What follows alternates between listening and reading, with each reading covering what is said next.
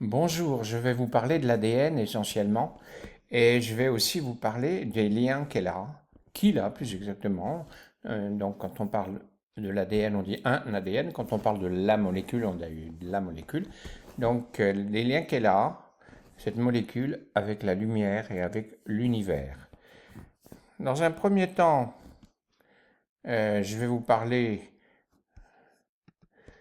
de qu'est-ce que c'est sur le plan chimique, la structure chimique, c'est-à-dire des choses qui sont enseignées dans les universités, peut-être même dans les lycées qui sont bien connus, la double hélice, etc., et qui donne son nom à ADN, ces trois lettres qui sont un sigle qui veut dire acide désoxyribonucléique, dont j'expliquerai la signification. Il y a un aspect qui est moins connu, mais cependant étudié dans les laboratoires et enseigné, c'est l'épigénétique qui nous montre que les codes génétiques portés par l'ADN ne s'expriment pas forcément. En fait, le code génétique, sa manifestation dépend beaucoup des influences externes de ce qu'on a vécu. Il y a un autre aspect qui est beaucoup moins connu, c'est le code électromagnétique, l'aspect électromagnétique du code génétique. Je le décrirai donc en détail. Et ce code électromagnétique qui est porté par des champs d'information de l'ADN, donc ça crée un champ d'information pour l'ensemble du corps et on va voir son importance. Et ce champ d'information est lié à l'univers entier. Les structures géométriques de l'ADN sont en résonance avec les champs d'information, mais aussi avec des codes cosmiques, des codes divins qui font que l'ADN, et ça c'est vraiment important dans cette conférence de le comprendre, c'est que l'ADN n'est pas dû à une rencontre d'atomes par hasard, mais est dû à un schéma directeur divin. L'ADN, on en parle beaucoup, en biochimie bien sûr. Qu'est-ce que c'est que cette molécule? Qu'est-ce qu'on peut en faire? Est-ce qu'on peut la synthétiser? Mais on en parle aussi en information à cause du code génétique. Et est-ce qu'on peut faire des ordinateurs avec cet ADN afin de avoir des mémoires beaucoup plus grandes dans un espace réduit? Et puis, curieusement, ou plutôt de façon étonnante, on en parle pour dire les changements de l'ADN qui vont affecter l'humanité, qui sont en train d'affecter l'humanité, afin que cette humanité soit libérée des anciens programmes et reparte sur des nouveaux programmes de développement, avec une restauration de la lumière et de la sagesse dans l'organisme humain. Mais depuis quand est-ce que on peut parler d'ADN? Depuis quand savons-nous qu'il existe cet ADN? Il n'y a pas si longtemps. Il n'y a pas si longtemps. En effet, la substance de l'ADN qui s'appelait avant nucléine n'a été découverte qu'en 1869. Et les codes génétiques, c'est-à-dire l'idée que l'ADN transporte des informations génétiques, n'a été suggérée qu'en 1944. Et où est-ce que on localise l'ADN? Comment on a pu savoir où il est situé dans le corps? Eh bien, il a fallu d'abord comprendre la notion de cellule et de noyau de la cellule, car l'ADN est localisé dans le noyau de la cellule. Mais c'est qu'en 1865, enfin dans ces années-là, C'est l'année de la publication de Micrographia par Robert Hooke qui rapporte ses expériences d'observation sur des écorces de liège. Et on s'aperçoit que ce liège est formé d'un assemblage de cellules. Et ce mot cellule est apparu donc à ce moment-là. Avant, on ne savait pas que les organismes, notre corps en particulier, était fait de cellules. C'est qu'à partir de maintenant que des recherches vont être effectuées à ce sujet. Et en particulier, voilà, si on regarde un tissu végétal, on voit que il est fait de cellules de tailles différentes, etc., mais délimitées par des parois en cellulose. Ça, c'est la caractéristique du végétal. Et justement, une fois qu'il est mort, ces parois restent, et c'est ce qu'on a vu dans le liège. Mais ce qu'on peut regarder aussi, c'est que il y a des noyaux ici, donc qui sont visibles. Et c'est ce qui va faire démarrer une recherche sur les différents, ce qu'on appelle des organites, c'est-à-dire des petits organismes intérieurs à la cellule. Et si on abandonne la découverte historique et que maintenant regardons ce qu'on sait maintenant de la cellule, et en particulier de la cellule végétale, on retrouve donc la membrane plasmique tout autour, ici, c'est donc voilà, mais le noyau, qui est lui-même délimité par sa membrane plasmique, et donc c'est à l'intérieur de ce noyau qu'on peut isoler de l'ADN. Il y a un autre organisme qui est intéressant, ce sont les mitochondries. Il y en a plusieurs dans une cellule, voilà, hein, et qui sont la centrale énergétique avec différentes réactions chimiques, donc centrale énergétique de la cellule. Bon, il y en a d'autres qui vont être intéressants. Les chloroplastes, c'est aussi la signature de la cellule végétale. Et on sait que non seulement l'ADN se trouve dans le noyau, mais aussi dans les mitochondries. Voilà une autre représentation, donc avec la membrane tout autour, le noyau, avec les mitochondries. Voilà. Et puis, des organites qui vont faire parler d'eux tout à l'heure, ce sont les ribosomes, où sont produites les protéines. Et puis aussi, un autre organisme qui fait parler de lui, ce sont les microtubules, qui sont des sortes de charpentes. Et ce qu'il ne faut pas oublier, c'est le cytoplasme. C'est le liquide gélatineux qui remplit toute la cellule et dans lequel sont fixés tous les organites dont je viens de parler.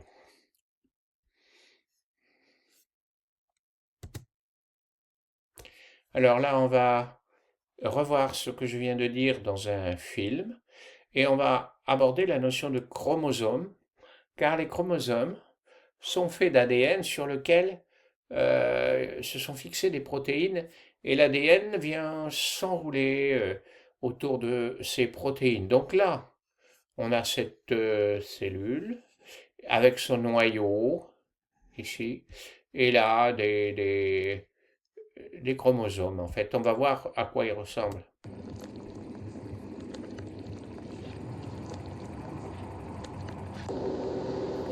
Donc là, c'est la représentation d'une molécule d'ADN.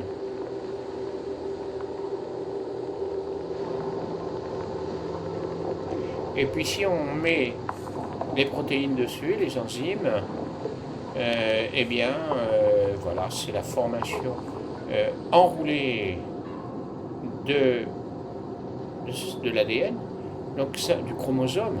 Donc ça veut dire que le chromosome, c'est l'ADN qui lui-même est une hélice qui s'enroule elle-même en hélice, qui elle-même va encore s'enrouler en hélice. Donc il y a au moins 3 niveaux d'hélice. Voilà. Donc vous voyez, ça s'enroule.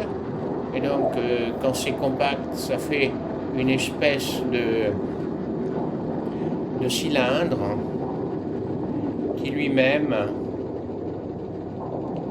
voilà, se replie sur lui-même et devient un chromosome.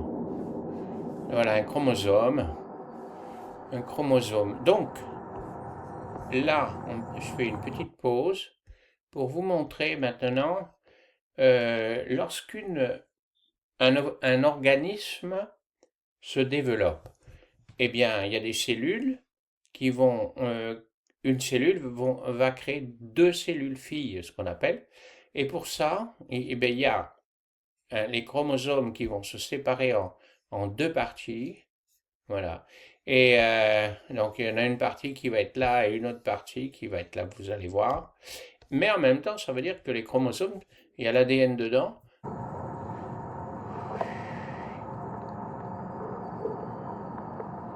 Donc, vous voyez, il y en a une partie qui migre sur la droite et une autre sur la gauche. Et puis, il y a une scission qui se fait entre les deux. Et donc, maintenant, on a 2 cellules avec chacune leur noyau. La molécule d'ADN, on a pu déterminer sa structure en double hélice seulement en 1953, et c'est dû au travail de la chercheuse britannique Rosalind Franklin et de son élève Raymond Gosling. Et qu'est-ce qu'elle a fait, Rosalind?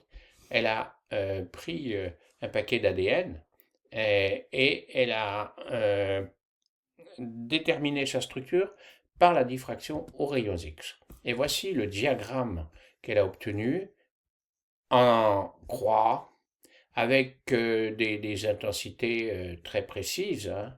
Et donc ça permet de dire que la molécule a une forme de double hélice.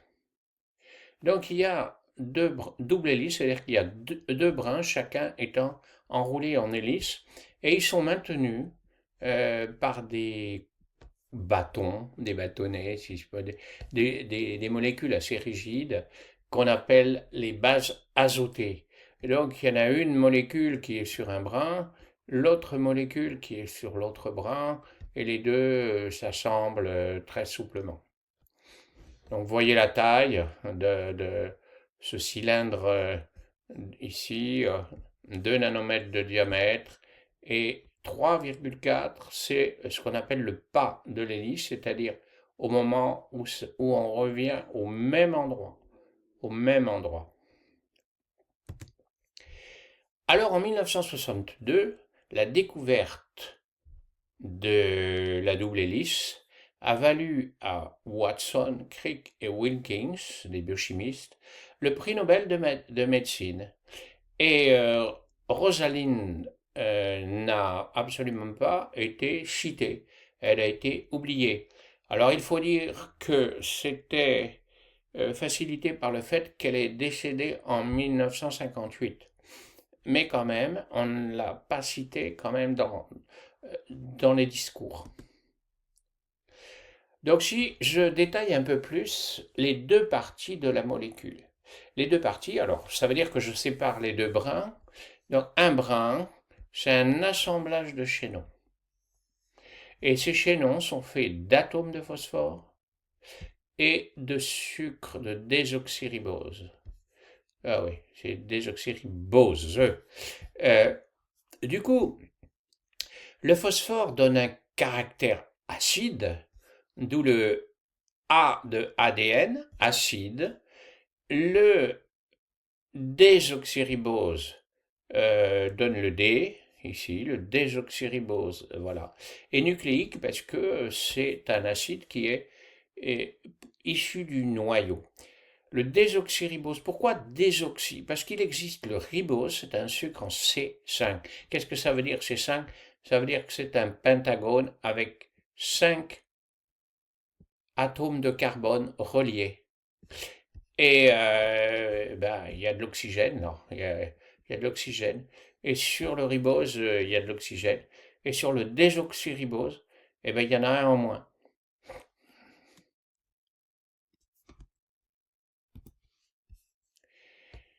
Et il faut dire que le chromosome humain le plus long, c'est-à-dire le brin d'ADN le plus long chez l'humain, comporte 263 millions de chaînons. 263 millions de chaînons ici.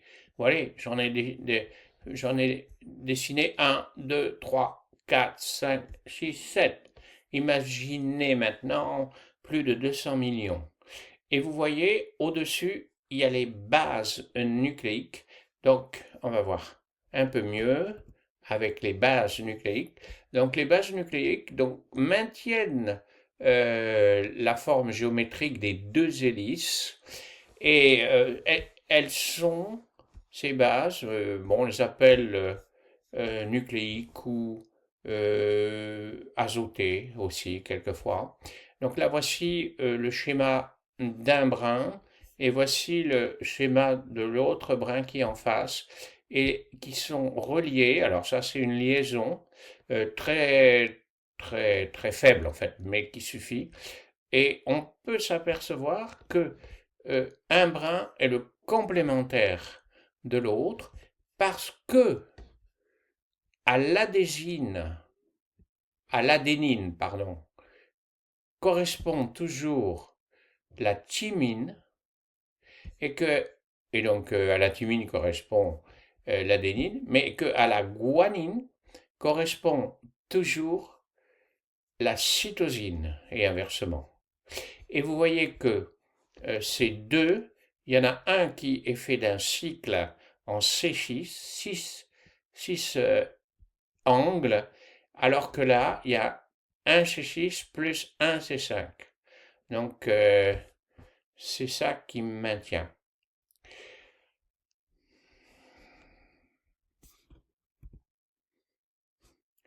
Et lorsque les cellules se divisent, il faut que l'ADN se partage pour fabriquer un nouveau chromosome. Donc c'est très simple, il y a une enzyme qui vient séparer les deux brins. Et les liaisons qui sont ici, qui sont assez faibles, peuvent être libérées. Et donc on obtient une ouverture comme ça.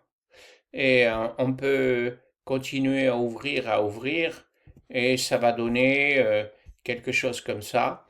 Et là, il y a un autre brin qui vient se former. Alors, j'explique pas tout de suite comment il fait pour se former, mais il faut quand même voir que la complémentarité est respectée, c'est-à-dire que ne peut venir sur ce brin que la base azotée complémentaire.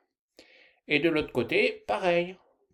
Et donc, lorsque tout le brin, lorsque tout l'ADN est séparé en deux, eh bien, il reste deux molécules d'ADN. Donc, ça veut dire que la reproduction, ou plutôt la duplication, on dit habituellement, mais pour moi c'est une reproduction, c'est un moulage. Un moulage et un ADN, d'après la science la plus répandue, ne peut se former que de cette façon. Il ne peut pas y avoir un ADN qui apparaît s'il ne peut pas se mouler sur un autre brin. Mais il y a des exceptions et on le verra à la fin de cette conférence.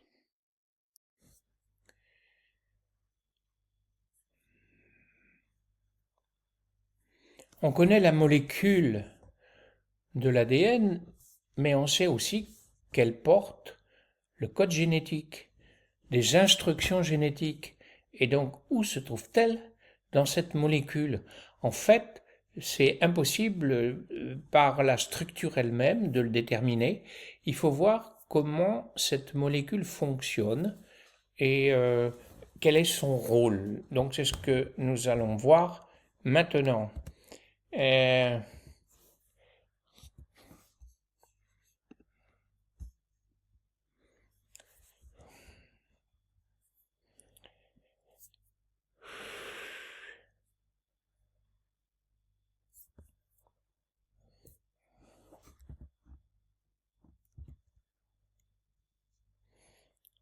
En fait, le code génétique, il est porté par des segments de cette molécule d'ADN qu'on appelle les gènes. Les gènes, c'est une portion de la molécule d'ADN qui porte une instruction génétique.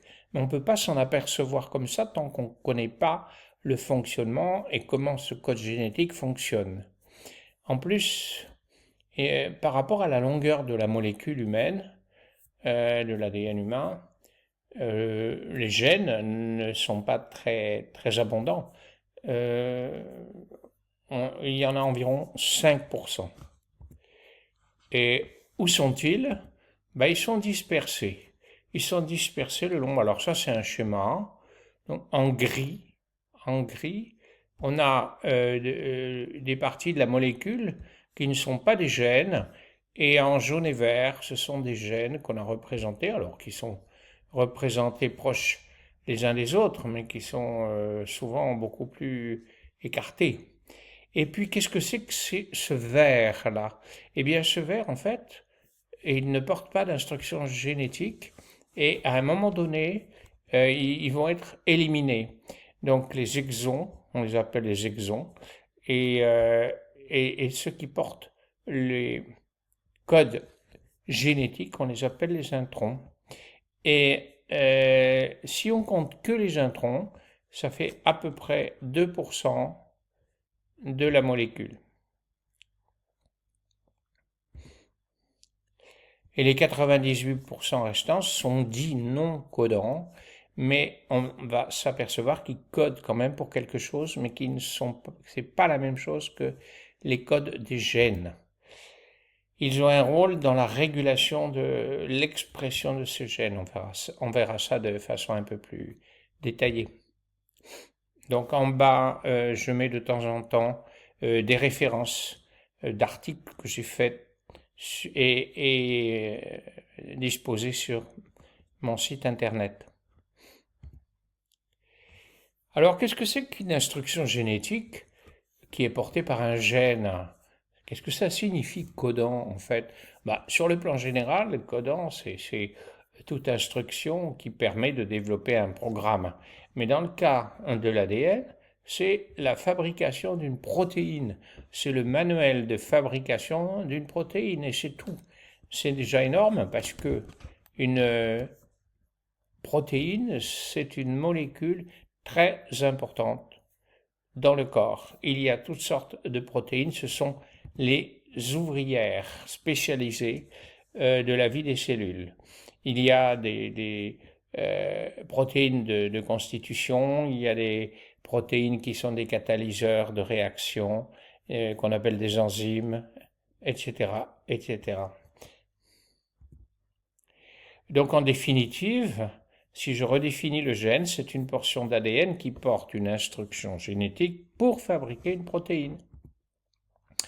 Et donc les protéines, qu'est-ce que c'est? Ce sont des chaînes. C'est important parce qu'on va voir comment elles sont fabriquées dans la cellule. Ce sont des chaînes, comme l'ADN d'ailleurs, il ne faut pas les confondre. Et c'est un assemblage de groupements moléculaires appelés acides aminés. Alors on a vu que l'ADN, c'était un assemblage de groupements moléculaires appelés bases nucléiques. Et là, vous voyez, ce sont des acides aminés qu'on a représentés par ces petits ronds. Hein. Et il y en a une vingtaine de types différents qu'on a représentés, la phényline, etc., etc. Donc les protéines ont une structure soit en hélice, comme ça, soit en ruban. Les deux existent. Alors on va regarder ce qui se passe. Là vous avez le chromosome. Et si on le déroule, ça donne l'ADN avec ses protéines qui lui donnent la forme hélicoïde, la forme enroulée. Et on va voir ce qui se passe lorsque cet ADN se forme. Donc RNA polymérase, c'est une enzyme.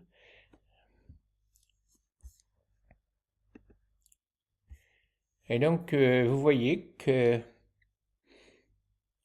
les deux brins sont écartés grâce à cette enzyme et qu'il va y avoir, ça c'est ça ce qui se passe uniquement au niveau des gènes, il va y avoir une molécule qui va se reconstituer complémentairement au brin, un petit peu comme dans la duplication, mais il y a plusieurs différences. D'abord, les gènes, c'est des segments très très courts. Donc la molécule qui se reconstitue, elle est très courte. Et elle va, de la même façon que dans l'ADN, elle va être complémentaire, mais au lieu d'avoir le T, ici, en face du A, on va avoir le U, uranyle. Donc, ça c'est une chose. Et l'autre chose, c'est que les brins qui sont là, au lieu d'être faits avec du désoxyribose, ils sont faits avec du ribose. Donc, ce n'est pas de la DN, mais de la RN. Et ces brins qui se forment vont se détacher et migrer.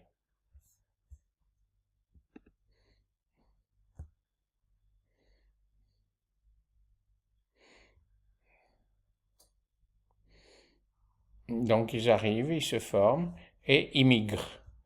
C'est là où les exons vont être éliminés. Et il va rester que les introns. Et cette nouvelle molécule va sortir du noyau et naviguer dans le cytoplasme de la cellule jusqu'à un organite qui s'appelle le ribosome. Et dans le ribosome, c'est l'usine de fabrication des protéines. Alors, il se trouve que dans le cytoplasme, il y a des morceaux de molécules qui sont aussi de nature ARN. ARN, hein, ça c'est un ARN messager. Ça c'est un tout petit ARN de transfert, ce qu'on appelle de transfert. C'est-à-dire qu'il apporte un acide aminé qui va se former dans la chaîne, dans le ribosome.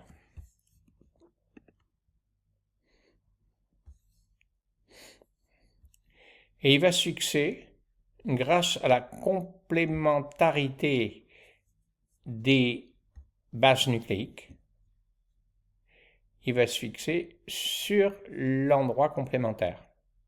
Et quand il s'y fixe, eh bien, l'acide aminé est libéré et constitue la chaîne de la protéine jusqu'à ce qu'elle se replie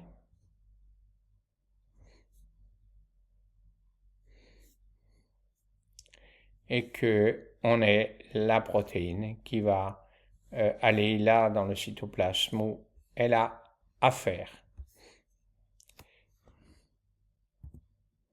Alors si je reprends pour plus de clarté, on a d'abord l'ADN avec deux brins. Il y a des portions qui sont des gènes.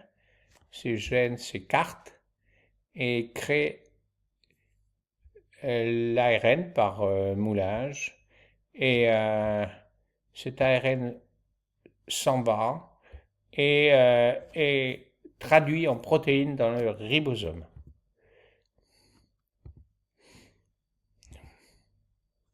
Donc voilà encore un schéma des brins écartés et l'ARN messager qui est en train de se former et qui va être libéré dans le noyau puis sortir du noyau.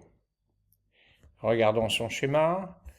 L'ADN, l'ARN qui se forme ici, puis il est libéré, il va passer par là, jusque dans le ribosome, et puis là, ce sont les ARN de transfert qui vont amener des acides aminés afin de reconstituer la chaîne qui, ensuite, ces ARN de transfert, ils sont libérés dans le cytoplasme et la chaîne, elle devient la protéine.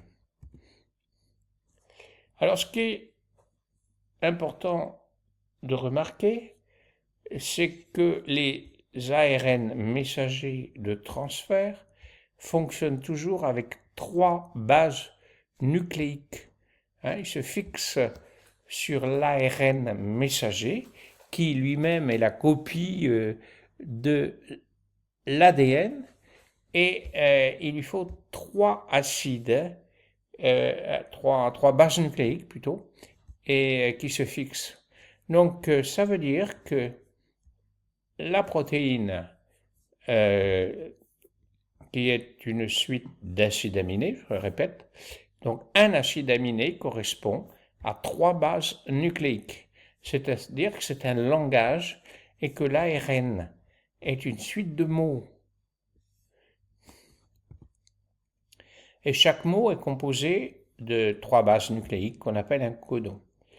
Donc un mot indique un acide aminé à fabriquer. Voilà, vous avez déjà entendu parler de l'ARN messager à propos des injections. Qu'est-ce qui se passe là? C'est que lorsqu'on injecte une capsule, lorsqu'on injecte un ARN messager, disons synthétique, qui contient le plan de montage d'un morceau caractéristique du virus, la protéine spike. Donc on l'injecte, entrée de l'ARN M dans la cellule, et donc dans la cellule, elle va dans le ribosome et produit la protéine spike. Donc les ribosomes lisent l'ARN messager et fabriquent les protéines. Les protéines produites migrent à la surface externe de la cellule. Donc ça veut dire que, au lieu que ça soit un ARN messager qui provient du noyau lui-même qui a été fabriqué, il est injecté de l'extérieur pour que les ribosomes fabriquent, on les force à fabriquer les protéines. C'est une réponse immunitaire. À l'extérieur, certaines cellules immunitaires repèrent les protéines spike, s'y attachent et produisent des anticorps. Donc voici les codes. On a dit que 3 bases correspondaient à un acide aminé. Mais vous voyez que c'est pas... Il y a 20 acides aminés, mais il y a beaucoup plus de combinaisons de codons. Par exemple,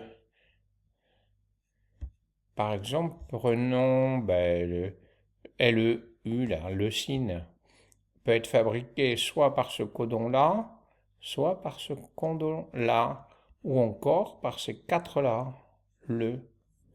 Donc il y en a 6 pour le même acide aminé. Il y a aussi un codon qui sert à arrêter. Où est-ce qu'il commence? Où est-ce qu'on commence à lire le gène? Où est-ce qu'il se termine? Eh bien, voilà. c'est là où ça commence, met, et c'est là où ça se termine.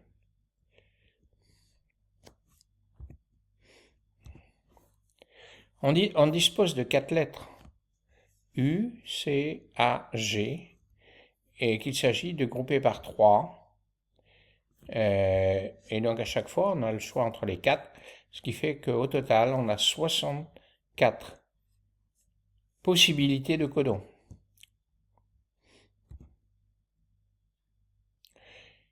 Et il y a un phénomène qui montre que ce n'est pas aussi strict.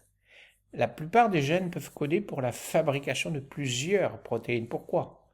Parce que ça dépend où les exons commencent et où ils se terminent.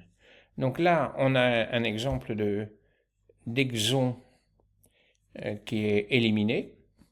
Mais si les exons commencent sur une autre partie du gène, par exemple, voici un gène, de là à là, là à là, et dans celui-ci, le codon, il est là, et le codon, pardon, l'exon est là, ici il est là, et là. Donc s'il s'enlève, et il reste les parties jaunes, et donc ça ne sera pas le même gène, ça ne sera pas la même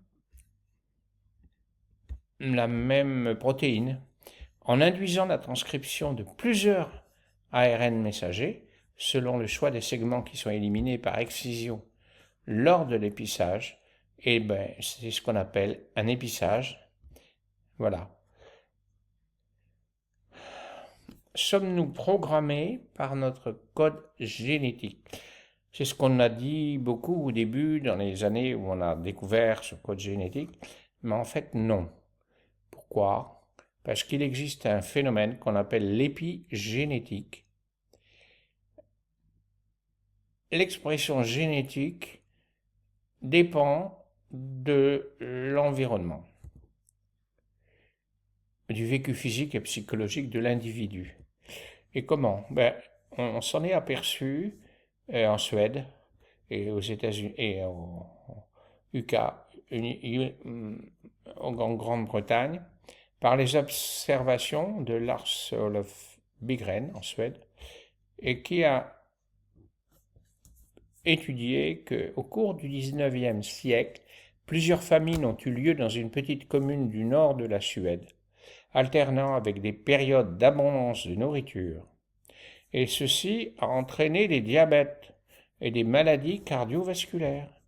Mais 2 générations plus tard, certains individus souffrent de ces mêmes maladies, alors qu'ils n'ont pas connu eux-mêmes l'alternance famine-abondance. Comment est-ce possible? Eh bien, c'est que ce sont des modifications épigénétiques, on va voir ce que c'est, qui pourraient être imprimées sur les cellules sexuelles au moment de la puberté. Alors, c'est ça. Donc là, on a un gène, hein, peuvent être activés ou désactivés par des coiffes qui viennent là sur les couples CG. Donc il y en a une là, une là. Ce sont des groupes méthyl.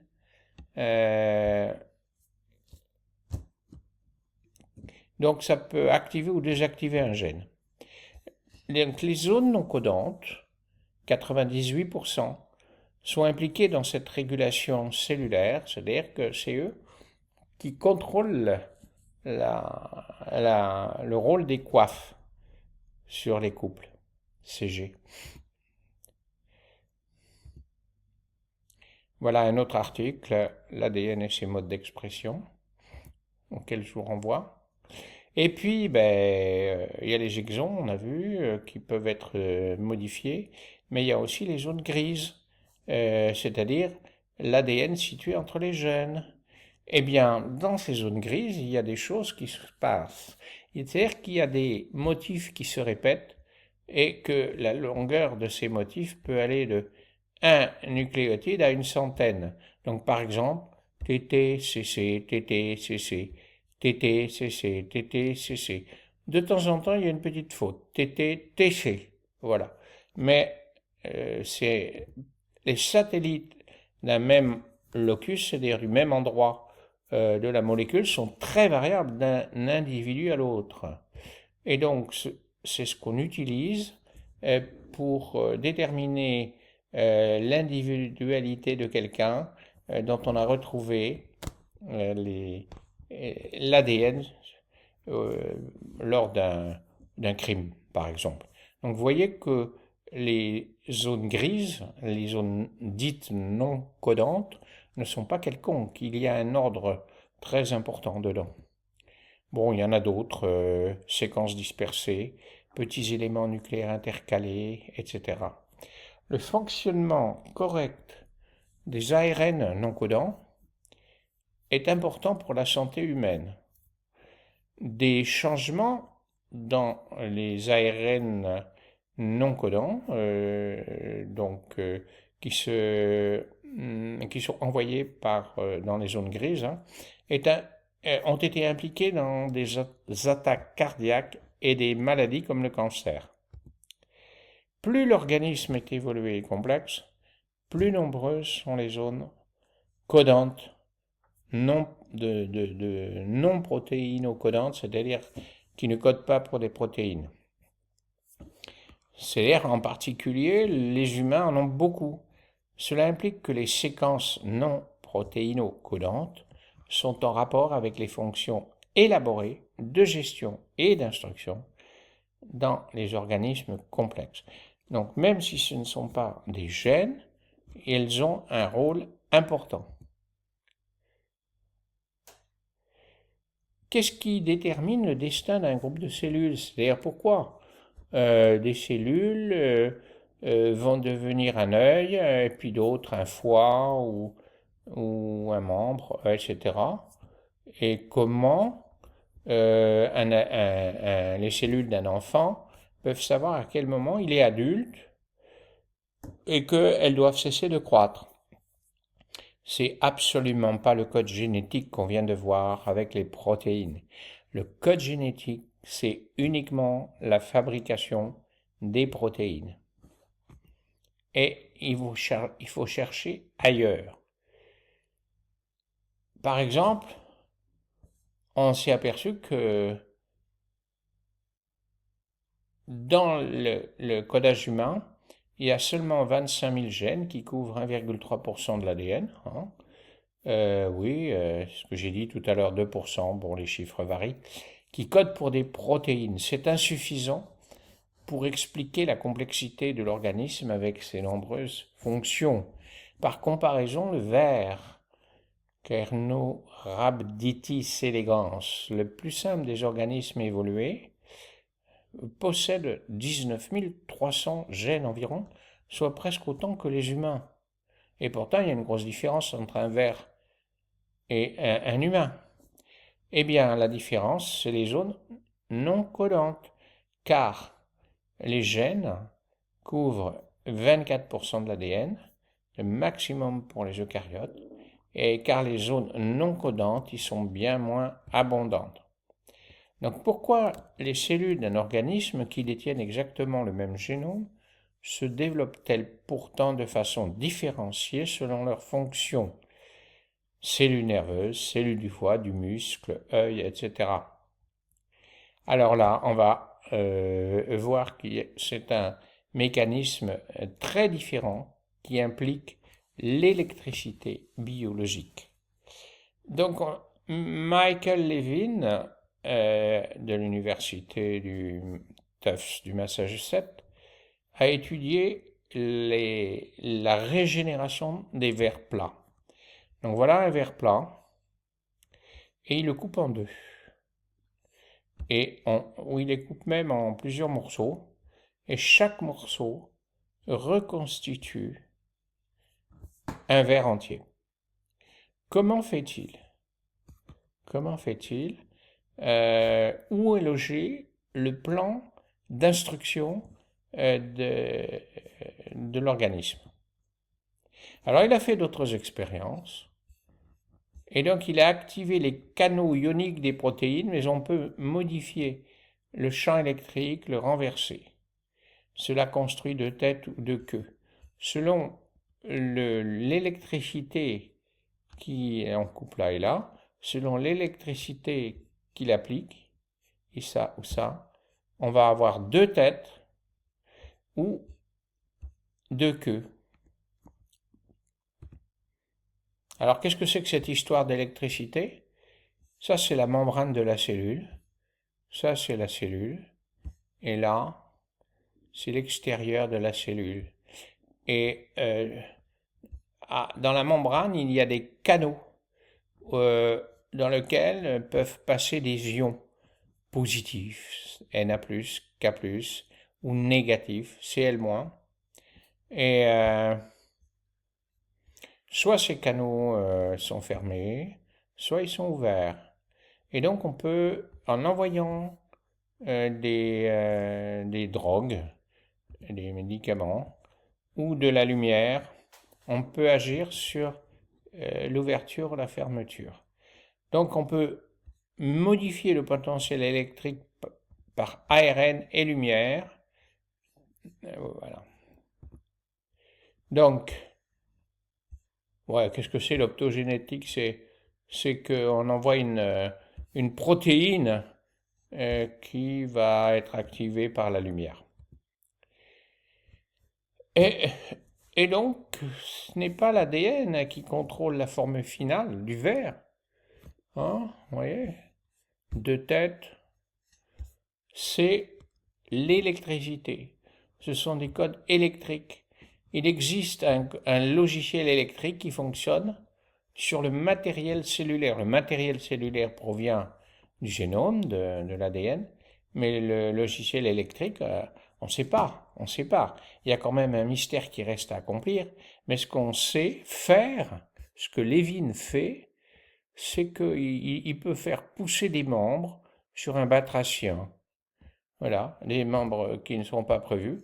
Il peut même faire pousser un œil fonctionnel, en plus de là où il veut, en modifiant le potentiel électrique.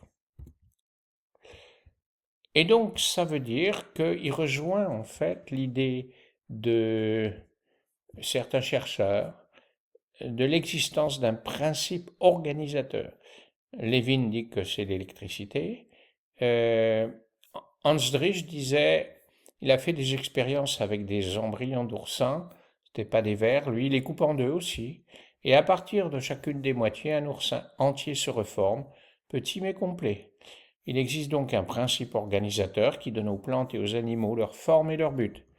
Et il le nomme entéléqui, c'est-à-dire qui a un but.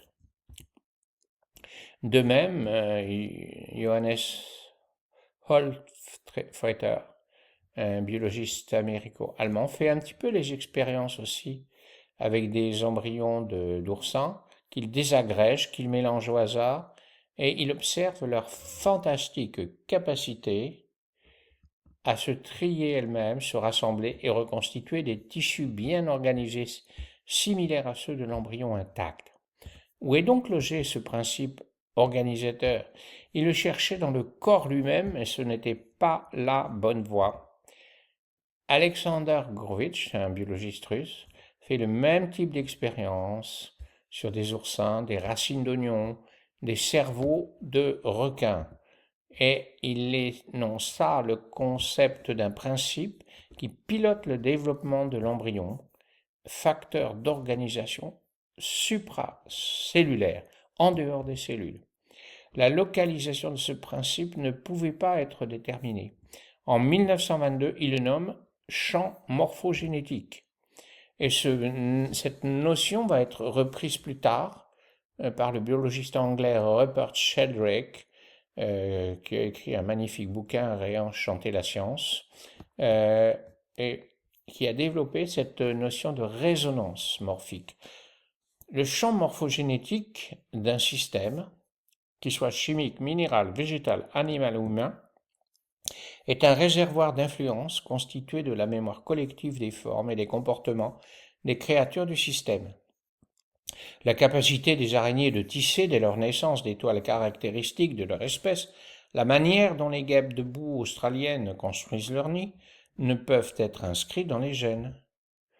Donc chaque type de système naturel possède son propre type de champ. Il y a un champ morphogénétique pour l'insuline, un autre pour le hêtre, un champ pour l'hirondelle, etc. Le comportement des animaux ont tendance à suivre les ornières, qu'il appelle les créodes, creusées par leurs congénères auparavant, même s'il n'y a pas eu de contact direct. Donc c'est l'existence d'un champ morphogénétique. Qu'est-ce que c'est que ce champ? Il apparaît nécessaire de postuler qu'il existe une intelligence supérieure qui gouverne les molécules, la matière, les bactéries, les êtres vivants, le monde, l'univers, et cela dès l'origine.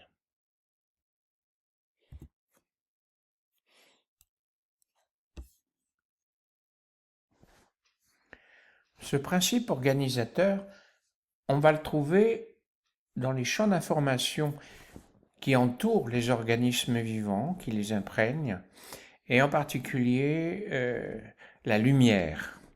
Donc cette découverte remonte justement aux observations de Gurvitch, qui en 1923 observait des cellules d'oignons en cours de division. D'ailleurs, de division, c'est-à-dire qui croissent et qui créent d'autres, qui se séparent en deux. Et Gurvitch a trouvé que les cellules d'oignons proches sont influencées par celles qui sont à côté et qui se divisent. Donc, il interpose un écran de verre et il voit que ça stoppe l'influence. Donc, il en conclut que il y a une transmission d'informations par les rayons ultraviolets parce que la fenêtre en quartz s'il n'y a pas d'écran de verre, les rayons passent, mais l'écran de verre a la faculté de arrêter les rayons ultraviolets. Et donc ça, vous pouvez voir le développement dans un autre article, l'ADN électromagnétique. Eh bien, ce genre de découverte va continuer à être exploré avec le professeur russe Vlael Kaznachev, qui lui fait des expériences avec des cultures de cellules. Et donc, ce sont des boîtes de pétri en quartz, et puis il y en a une de chaque côté, et elles sont séparées par cette fenêtre. Et justement, ça, c'est la fenêtre en cours en cours de développement, et là une autre qui est influencée par la première. Et lorsque on a des fenêtres en quartz, eh bien ça passe, parce qu'elles laissent passer les rayons ultraviolets, alors que quand c'est en verre, ça ne passe pas. Ces expériences ne sont possibles que si elles se passent complètement dans l'obscurité et que la durée du contact entre les deux boîtes de quartz, les deux boîtes de pétri, est d'au moins 48 heures. Et donc on en déduit, et Kaznachev en déduit, que la communication s'effectue par radiation ultraviolette de longueur d'onde 220 à 360.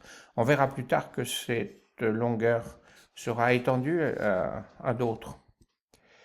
Donc c'est les travaux de Albert Popp, Fritz Albert Popp, qui est un chercheur allemand, qui est né en 1938 et qui fait des expériences dans les années 80.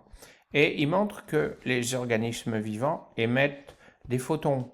Il est aidé pour cela par l'apparition de photodétecteurs de plus en plus performants, de plus en plus sensibles, et par un tas d'expériences en modifiant l'ADN des organismes qu'il étudie des plantes, et il voit que c'est l'ADN qui est responsable, c'est la source de ces photons émis.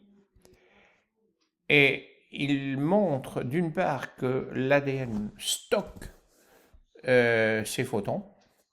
Il y a dans l'ADN, en fait, dans les bases nucléiques qui séparent les deux brins, et puis que le spectre des photons émis varie, il n'est pas toujours le même, et il représente l'état de santé des organismes. Et donc, ça pourrait être un moyen de diagnostic. Il en conclut, et d'autres chercheurs avec lui, qu'un champ de photons, un champ photonique, un champ de lumière, c'est-à-dire, baigne l'organisme. Quand on parle de photons, c'est une particule de l'électromagnétisme, et ce n'est pas seulement la lumière visible, hein, c'est aussi les ultraviolets, les infrarouges et d'autres, les rayons X, etc. Pour nous ici, on est dans les ultraviolets et la lumière visible. Et donc, ces ondes électromagnétiques, ces photons, transportent des informations sur l'organisme et qui sont distribuées à l'ensemble des cellules. Toutes les cellules autour les reçoivent. Et ensemble, cela crée un champ d'information qui imprègne l'organisme, qui est colporté à toutes les cellules. Cette émission électromagnétique va être étudiée aussi par le professeur Luc Montagnier, qui est le prix Nobel 2008 à cause de sa découverte du virus du sida. Et lui, il reprend les travaux de Jacques Benveniste, qui avait montré que si on prend un tube scellé avec une molécule et qu'on la met dans une bobine, on peut recueillir un champ électromagnétique qui est émis par cette molécule et qui est caractéristique de cette molécule.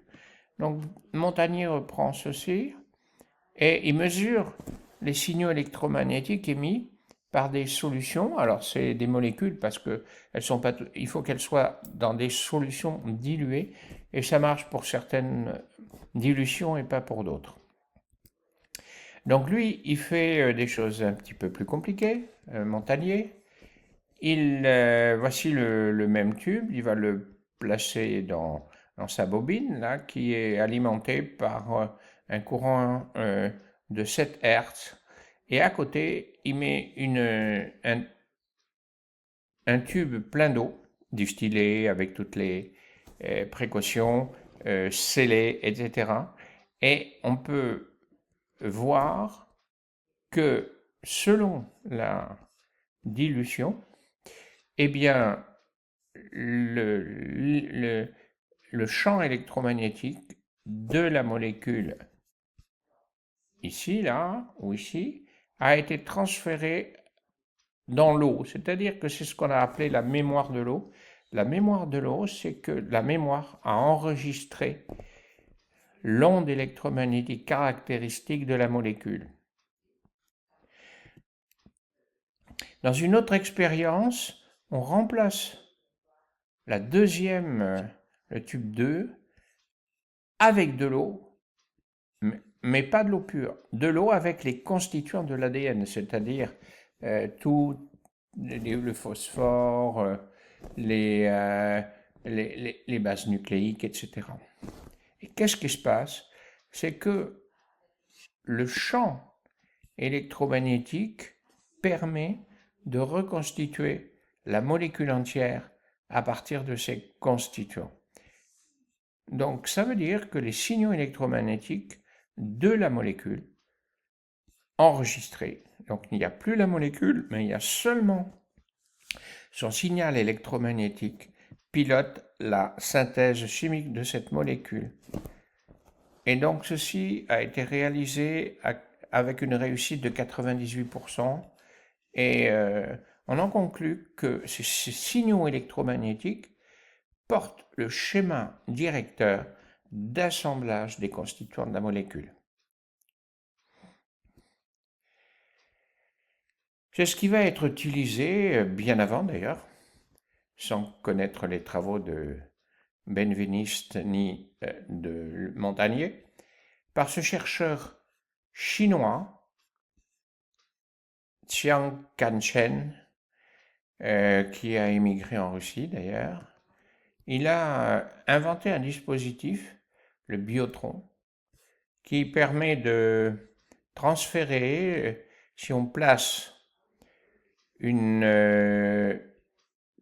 un tissu biologique sur une partie de cet appareil et qu'on place un autre tissu, eh bien, les caractéristiques du premier tissu vont être transférées au deuxième.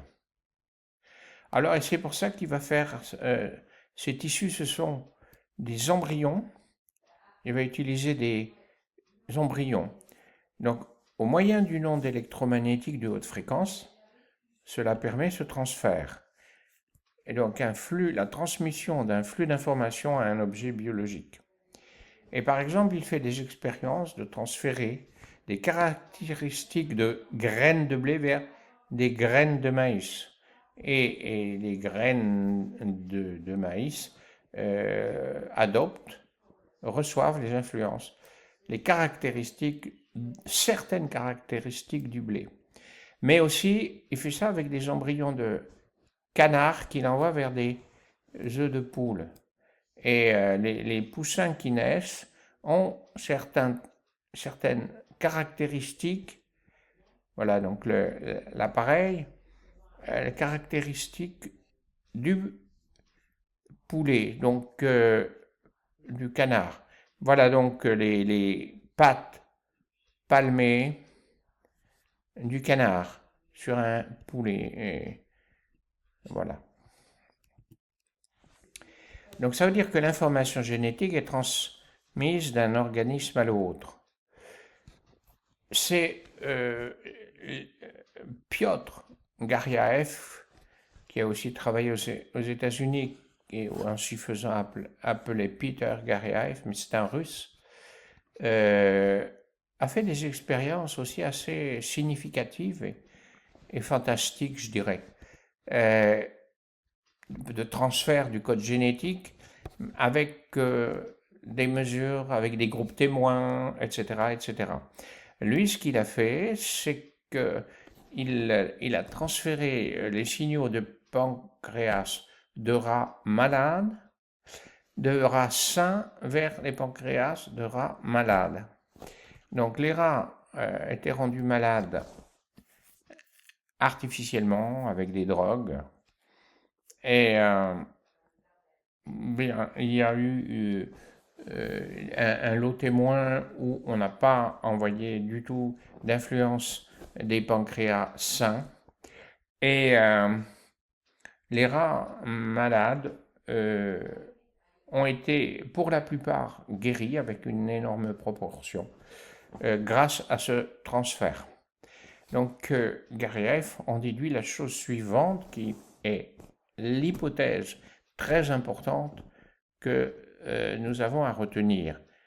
Le génome, c'est-à-dire l'ensemble de toutes les bases nucléiques le long de la molécule, mais il comporte une partie ondulatoire, pas simplement la molécule elle-même biologique, une partie ondulatoire et qui porte les codes génétiques aussi, donc en correspondance avec les gènes.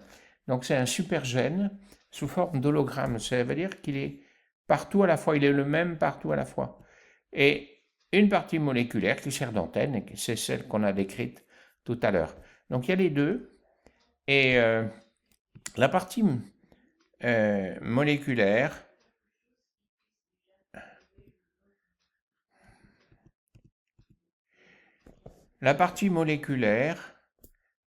sert d'antenne au supergène. Et c'est fantastique parce que, en fait, c'est ce qui permet des tas de choses, mais aussi des manipulations génétiques qui ne sont pas, je dirais, dans la lignée divine.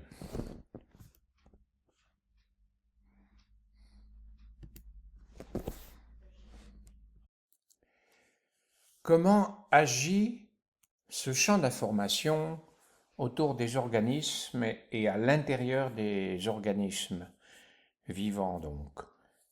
Eh bien, il existe des résonances des codes cosmiques avec la géométrie de l'ADN. Alors, regardons cette géométrie. Il existe plusieurs géométries de l'ADN, au moins trois, A, B et Z. Donc ADN-B, c'est l'ADN courant, ici. C'est-à-dire, en fait, lorsque Rosalind Franklin a découvert la double hélice, c'était sur un ADN déshydraté, c'est-à-dire sorti de son contexte, et donc elle a déterminé l'ADN A. Mais ensuite, lorsque on l'a vu dans son contexte avec en présence d'eau, comme dans les cellules, eh bien c'est l'ADN B. Donc l'ADN B, c'est celui qui est le plus courant dans le fonctionnement de l'ADN, mais ça dépend des phases. Évidemment, lorsque l'ADN va bientôt se dupliquer, commence à se séparer, etc., etc. Donc, il peut changer de configuration.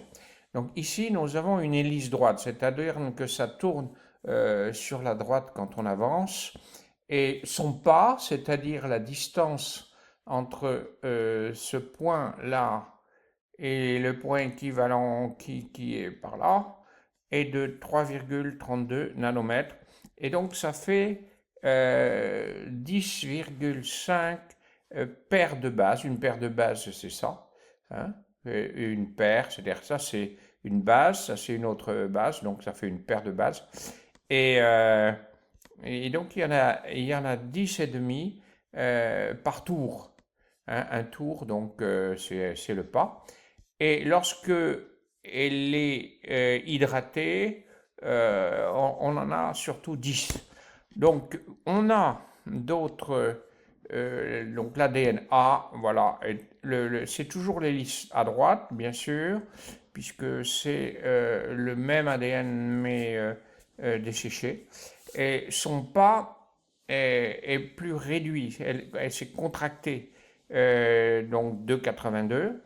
Et du coup, il y a 11 paires de bases par tour. Et puis, il y a une autre forme, l'ADN Z, qui apparaît dans certains cas, qui tourne à gauche, donc dans l'autre sens, est beaucoup plus étiré. Son pas est de 4,56 nanomètres et il y a 12 paires de bases par tour. Alors, on va revenir à l'ADN B, le plus courant, celui du fonctionnement. Et on va les regarder également euh, euh, par-dessus et par-dessous, et de côté. Et on voit que les codes qui sont transmis à l'ADN, ben, ils résonnent avec la géométrie. Alors une géométrie longitudinale, hein, donc il y a le pas de 3,4 comme je veux dire, et puis le diamètre, et puis aussi la géométrie vue de dessus, vue par-dessus. Alors regardons ça d'un petit peu plus près. On va trouver le nombre d'or dans l'ADN-B. Qu'est-ce que c'est que le nombre d'or? Mathématiquement, au départ, on l'appelle phi ce nombre.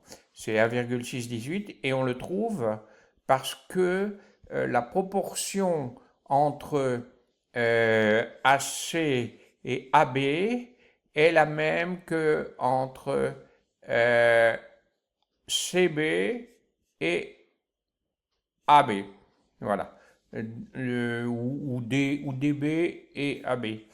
Et donc, on calcule que la valeur de phi du nombre d'or, c'est 1 plus racine de 5 sur 2, qui fait 1,618. Bon, il a certaines propriétés mathématiques dans lesquelles je ne vais pas rentrer. Je vais simplement remarquer qu'il y a un 5 ici et que les figures à 5 côtés, comme donc le pentagone, vont avoir ce phi dans leur géométrie. Alors, regardons un peu plus près voilà, les deux brins de l'hélice. Donc, si on repère les atomes de phosphore, ici un pas à l'autre, ici un autre pas. Donc là, on a un grand vide et là un petit vide. Les deux brins sont rapprochés l'un de l'autre. Et donc ça, c'est le pas. Et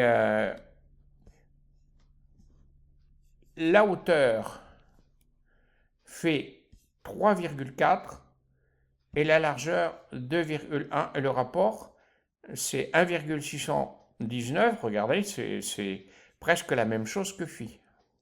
Mais il y a un autre, la distance entre les sillons, c'est-à-dire là et là. Donc là, on a 3. Là, on a 2,6, 2,6, et là, on a donc toujours 3,4 ou 3,38.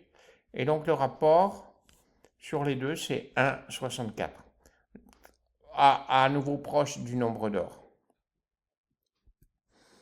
Si on regarde par-dessus maintenant, la section transversale, on reconnaît donc l'ADN hein, sous une autre vue. Donc là, tout autour, c'est la projection des deux brins, les sucres et les phosphates. Et puis à l'intérieur, c'est les paires de bases qui les joignent. Eh bien, pour l'ADN B hydraté, on s'aperçoit que là, on a les embranchements de paires de bases, là. Il y en a 10. Il y a 10 paires de bases par tour. Et donc 10, ça fait un polygone à 10 côtés, c'est un décagone qui peut se diviser en 2 pentagones. Et donc un pentagone, si je là, donc on trouve le nombre phi, comme je disais, il y a ces 5 côtés, et on trouve le nombre phi dans les diagonales. Si le rayon ici est 1, là ça mesure 1,618. Regardons une autre forme de correspondance entre les résonances sacrées et la géométrie de l'ADN. C'est que, puisque là il y a un grand sillon et là un petit sillon, donc ça veut dire que le jaune et le bleu là sont plus proches ici que entre là et là. Eh bien, il y a un logement possible pour un troisième brin. Donc, ce troisième brin en rouge, regardez, si je le mets, il y a un logement possible. Et là, ils sont tous équidistants, les trois. Et en fait, ce troisième brin n'existe pas, mais il existe sur le plan cosmique, dans le plan éthérique. Et on peut dire que lorsque les êtres humains vont évoluer vers une compréhension plus grande de la cosmologie et une sagesse plus grande, ce troisième brin va peut-être se matérialiser. On ne sait pas. Le nom de Dieu est inscrit dans l'ADN, ça c'est encore plus fort est une indication majeure que l'ADN est fait à l'origine comme plan de Dieu. mais qu'il a été un peu désactivé en partie. Qu'est-ce que c'est le nom de Dieu? C'est le nom hébraïque. Je parle du nom hébraïque Yod, He, Vav, He. Donc si j'écris Yod, He, Vav, He, les deux He ne sont pas équivalents puisqu'il y en a un qui est à l'intérieur et l'autre qui termine. Et donc, ça fait donc 4 lettres. Le nom de Dieu Yod, He, Vod, He, qui a donné Yahvé et qui n'est pas du tout, comme certains le disent, un dieu déchu, c'est le dieu majeur. Voilà, donc il y a une correspondance entre ces 4 lettres, Yod, He, Vav, He, et les 4 bases nucléiques, et cette correspondance s'établit comme ceci. Le Yod devient le U, le H, donc le He devient le A, le Vav qui se prononce aussi Vod devient le C et le H devient le G. Exactement, la correspondance.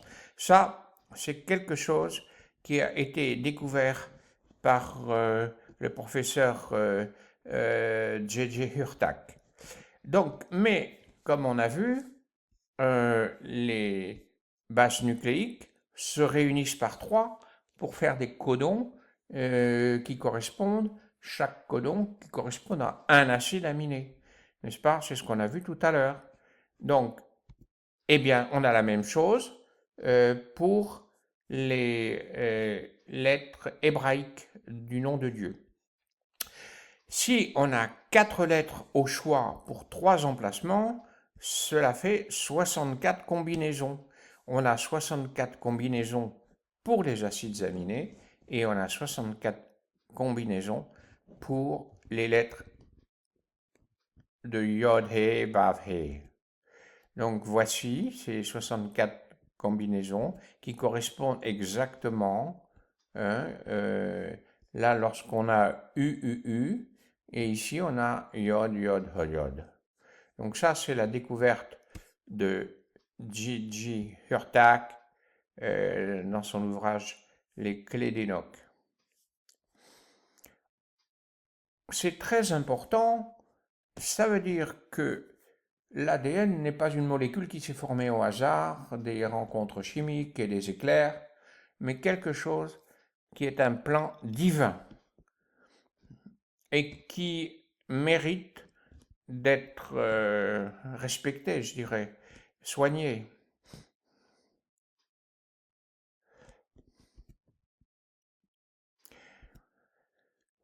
Ça veut dire que les corps subtils de l'être humain sont pilotés par des archétypes géométriques de création. J'ai parlé de l'ADN, mais l'ADN et les corps subtils sont en correspondance. Et donc ils sont pilotés. Ils sont pilotés. Ces codes géométriques humains sont gouvernés par des mathématiques, ce sont des mathématiques supérieures, et ce sont des formes pensées divines. Je le répète, parce que c'est essentiel. De tout ce que j'ai raconté sur l'ADN, je pense qu'il faut retenir ceci en priorité.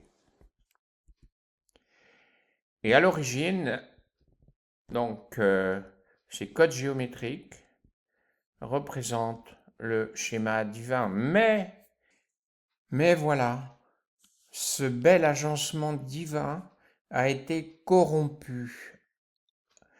Certaines hiérarchies de lumière qui avaient reçu la lumière et les potentialités communiquées par Dieu se sont rebellées en disant nous sommes les égaux de Dieu et nous n'avons pas besoin de lui.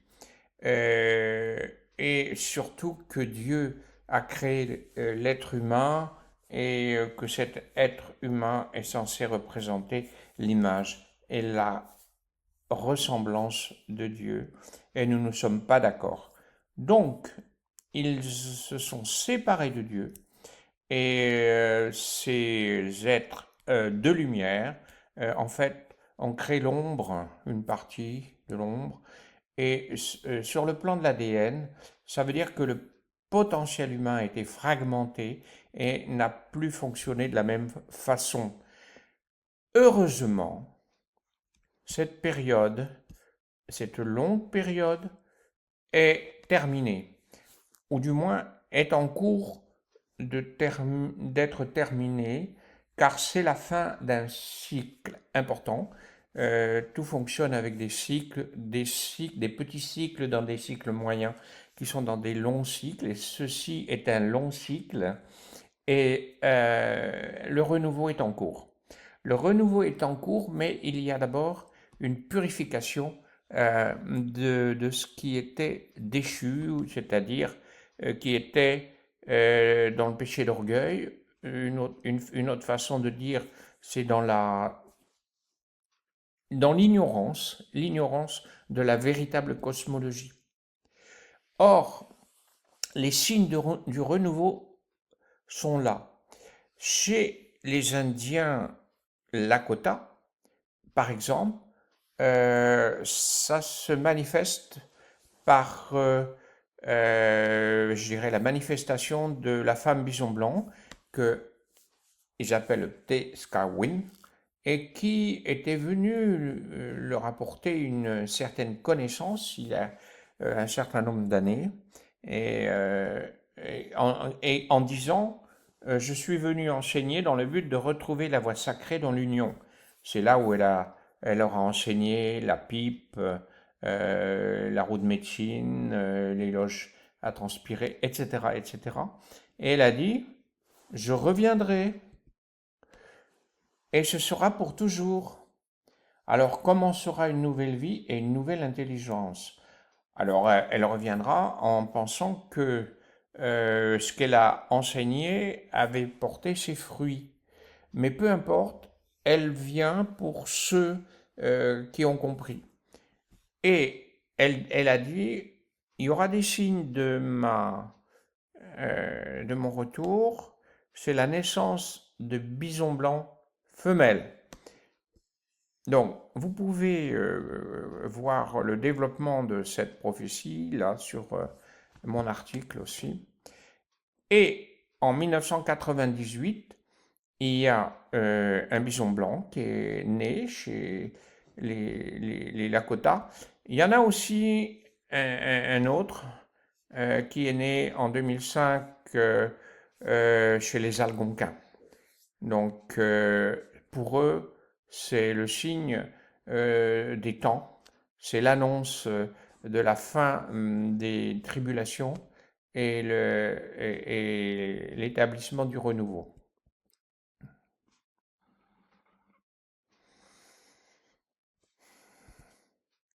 Voilà, donc ma conférence est terminée. Je vous signale que vous pouvez retrouver une bonne partie de ce que j'ai exposé dans mon site web, hein, spirit-science.fr, et en particulier 6 articles sur l'ADN, dont l'ADN et ses modes d'expression, l'architecture et la structure de l'ADN, et l'électromagnétique et la communication entre les cellules. Je les ai réunis en les remodifiant dans ce e-book, livre numérique, l'ADN et les champs cosmiques d'information. Par ailleurs, j'ai aussi créé d'autres produits, je dirais, des livres publiés chez des éditeurs. Pourquoi vivons-nous va être réédité et sortir le 26 août chez Helios, qui fait partie de Pictos. Mon livre sur le réseau énergétique des lieux sacrés, qui est la grille énergétique planétaire et comment elle se manifeste aussi dans le renouveau. Elle suit elle-même les cycles. Et puis, j'ai participé à la production de ce DVD de Stéphane Cavé, Langage de lumière, qui est une méditation de 24 minutes avec des codes de lumière qui sont là pour aider à la restauration de nos corps de lumière fragmentés. Hein. Et puis enfin, un dernier livre qui est sorti en mars 2026, un livre de Ferial Furon, dans lequel j'ai été interviewé et donc j'apparais à propos de l'énergie trouvée par Tesla. Et, et donc c'est un livre qui amène à une réflexion de qu'est-ce que c'est que l'humain à l'heure de l'intelligence artificielle.